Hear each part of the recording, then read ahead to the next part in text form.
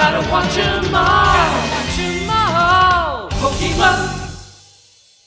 Pokemon Heroes, Latios and Latias is a film with a lot of memorable moments, and yet it is surprisingly forgettable as a film. Now don't get me wrong, it's not as bad as Pokemon Forever, but at least that film gave an impression. This film's just passable, it's nice. Our movie starts off with Ash and the gang in a Venice-style city, where they are spending some quality time when they run into two cat burglars named Annie and Oakley, who are after the Soul Dew that is protected by Latios and Latias. Meanwhile, Ash runs into a girl named Bianca, who, as it turns out later, actually is the mythical Pokemon Latias in disguise, and the two form a relationship of sorts. I'll get to that a little later. What to talk about? Well, this film has a very interesting locale. The canals and the river really make it a very interesting scenic view. In fact, a lot of the visuals of this film are very pretty and awesome to look at. It also proves an interesting obstacle for Ash when he has to try to get from one end of the city to the other. Annie and Oakley are pretty fun villains, and they break up the monotony of boring male villains. And their exploits are almost Team Rocket-esque, though they're not as dumb as Team Rocket. Speaking of which, Team Rocket doesn't really get much to do in this film. It's kind of a waste if you ask me.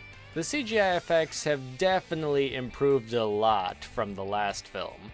There are still some kinky spots here and there, but overall the film looks gorgeous to look at. I just wish there was more substance to it. Like, we get a story about how Latios and Latias are the offspring of a Latios that saved the city from a flood many years ago, and that ties into the ending. But other than that, other than a few noteworthy scenes, there isn't really much to it. Like, the side characters, like Bianca and her grandfather, are kind of forgettable. Ash and friends don't have really any development.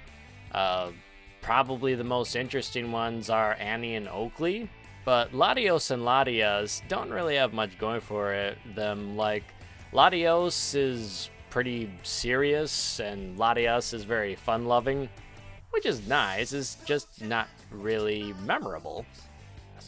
I feel bad about saying it, and again, it isn't a bad film.